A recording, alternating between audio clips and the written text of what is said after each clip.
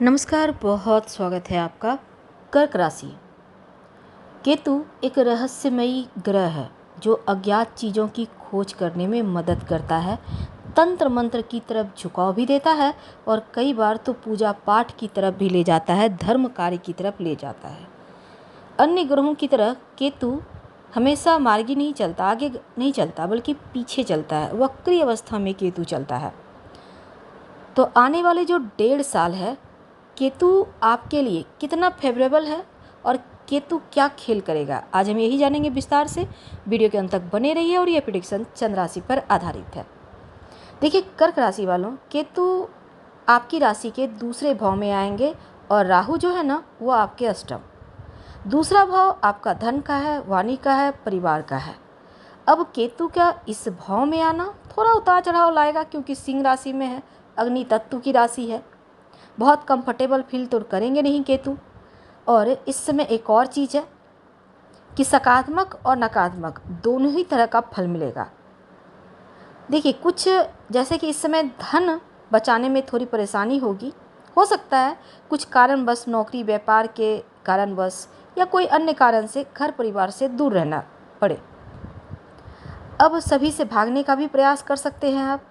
हो सकता है घर वाले आपसे नाखुश हो जाएं। ऐसा नहीं कि आप बुरे हैं, हाँ, थोड़ा सा परिस्थिति कुछ गड़बड़ दिख रही है यहाँ पर। लेकिन चलिए अब हम समझते हैं विस्तार से कि आखिर केतु का खेल क्या होने वाला है। राहु महाराज तो कर्क वालों के लिए अष्टम है, बहुत कुछ बदलेगा आपकी लाइफ में। और दूसरा एक और चीज़ है कि देखिए, केतु का, राहु की सीधी दृष्टि केतु पर है और राहु महाराज कुंभ राशि में।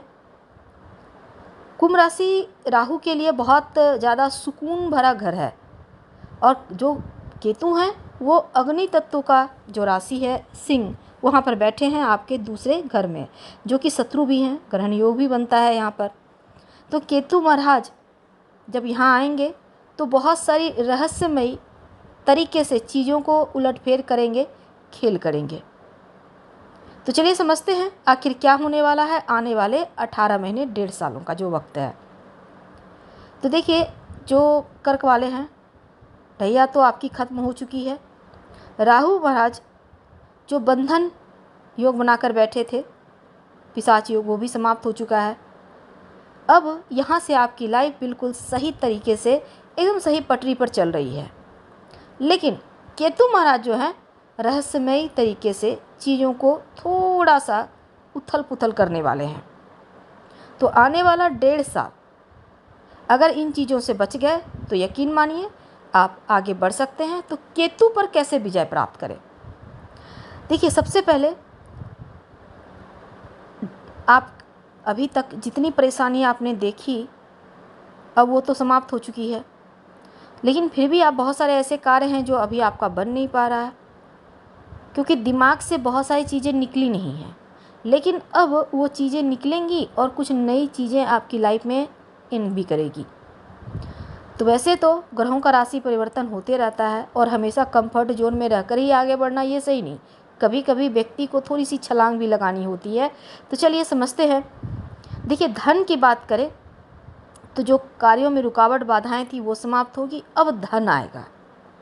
आपका जो कॉन्फिडेंस लेवल है वो धीरे धीरे बढ़ रहा है, पर केतु का ये खेल होगा कि आपको, आपके कॉन्फिडेंस को थोड़ा और बढ़ा देंगे।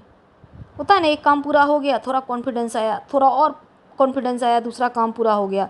तो जब आपका राहु आपके कार्य को बनाने लगेंगे एक एक करके, तो राहु आपको तो कार्य दे रहे हैं, आपको सफलता दे रहे हैं, लेकिन केतु आपके कॉन्फिडेंस को ओवर कॉन्फिडेंस में बदल देंगे।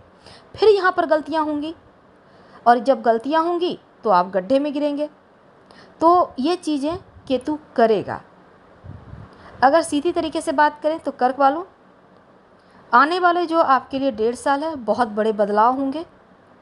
राहु तो यहाँ ठीक है, लेकिन केतु रहस्यमयी तरीके से चीज़ों में उथल पुथल लाएगा। अब धन भाव में बैठा है, धीरे धीरे धन आ रहा है। वैसे तो धन के मामलों में कर्क वाले लकी रहे, ढैया में भी आया है धन। लेकिन हाँ, बैंक बैलेंस ज़रूर राहु बढ़ाएगा आपका।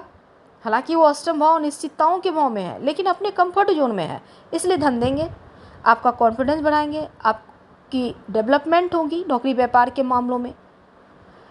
लेकिन केतु महाराज का काम क्या होगा कि आपको थोड़ा और तो राहु देता है। राहु का काम ही है व्यक्ति की इच्छाओं को भड़काना, तभी तो व्यक्ति आगे बढ़ेगा। लेकिन केतु यहाँ पर क्या करेंगे, उनसे तो रहा जाएगा नहीं।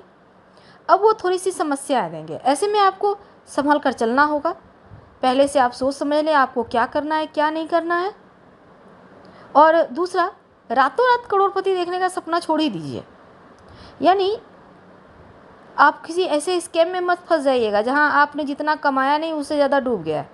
तो इनसे बचें, किसी पर भरोसा ना करें, किसी की कही सुनी बातों में आकर कहीं भी अपने मेहनत की कमाई को ना लगाएं। अगर आप पार्टनरशिप में काम करते हैं तो भी बहुत संभल कर आपको आगे बढ़ना है। कोई प्रॉपर्टी लेना चाहते हैं अच्छे से जांच पड़ताल करने के बाद लें। चाहे आपका कोई भी कितना भी करीबी क्यों ना हो, किसी की भी बातों को सुनिए ज़रूर, पर करना वही है जो अपनों की सलाह से आपको सही लगे। दूसरों की बातों में आएंगे तो पक्का डूबेंगे। यानी कि लालच, केतु आपके अंदर लालच भरेगा। लालच से बचना है, तो लालच से बचिए, मुश्किलें कम होंगी। उधार तो किसी को ना दे वरना पैसा पक्का डूबेगा। और एक और चीज़ है आपके लिए, एक ऐसा जैसे कि आपका बहुत करीबी कोई है, मित्र है, कोई संबंधी है, अभी तक आपका इस्तेमाल करके तो वो बहुत अच्छा था, लेकिन जब आप उनको इस समय आजमाएंगे तो देखिएगा उनको हर बात बुरी लगेगी, आपसे कटने लगेंगे। तो इसलिए पैसों के मामलों में पहले से सतर्क रहें। राज की मत बात किसी को ना बताएं। वैसे भी राहु महाराज अष्टम भाव में है, अनिश्चितताओं का भाव है, तो ऐसे में ज़रा संभल कर रहिएगा। शॉर्टकट के तरीके से कहीं भी कोई भी काम मत कीजिएगा। होता है ना रातों रात अमीर बनने का सपना, कोई भी इनलीगल कार्य कर लिए, कहीं भी आप चले गए, तो इन चीज़ों से बचें। और एक और सबसे मुख्य बातें जो अभी तक किसी ने नहीं बताया होगा, घर से आप कहीं भी जाते हैं तो अपनों को बता कर जाए। अभी तो गूगल का ज़माना है, तो आप कहाँ हैं अपना लोकेशन अपडेट अपनों को देते रहें, बहुत आवश्यक है। और बिना अपनों को बताए कहीं भी किसी से मिलने ना जाए। खासकर रात में किसी से मिलने से परहेज करें आने वाले जो 1.5 साल हैं। ठीक है, देखिए बड़ा रिस्क लेकर जीवन में आगे बढ़ने का अगर आप प्रयास करेंगे तो ठीक है, आप ठीक है आगे बढ़ रहे हैं, लेकिन ओवर कॉन्फिडेंस में मत जाइएगा, दिक्कतें होंगी। बड़ों की सलाह से काम करें। केतु महाराज आपको नहीं तो मुंह के बल गिराने को बिल्कुल तैयार हैं। जैसे गलत संगति है, नशा है, इन चीज़ों में मत पड़िएगा, नहीं तो फिर दिक्कत होगी, ये चीज़ें आपकी छूटेंगी नहीं। इसलिए नशा वगैरह से दूर रहें। और एक और चीज़ कि रहस्यमयी चीज़ों की तरफ आपको ले जाएगा, तंत्र मंत्र की तरफ आपको केतु ले जाएगा, इनसे बचने का प्रयास करें। ऐसा कोई भी काम ना करें कि आप फंस जाइए। आजकल बहुत सारे लोग बहुत सारी सिद्धियां करने के चक्कर में अपने आप को बर्बाद कर लेते हैं, तो इन चीज़ों में मत जाइए। भगवान को मानिए, भगवान की पूजा कीजिए। सफ़ेद चंदन का टुकड़ा में ब्लू कलर का धागा लपेटकर अपने पास रखें और हल्दी का तिलक रोज़ लगाकर दिन की शुरुआत करें। माथे पे, कंठ पे, कलाई पे, जहां आपको सुविधा लगे। आपकी मुश्किलें कम होंगी, धीरे धीरे चीज़ें बढ़िया होंगी। हम आपसे विदा लेंगे। धन्यवाद। जानकारी अच्छी लगे तो लाइक कर सब्सक्राइब।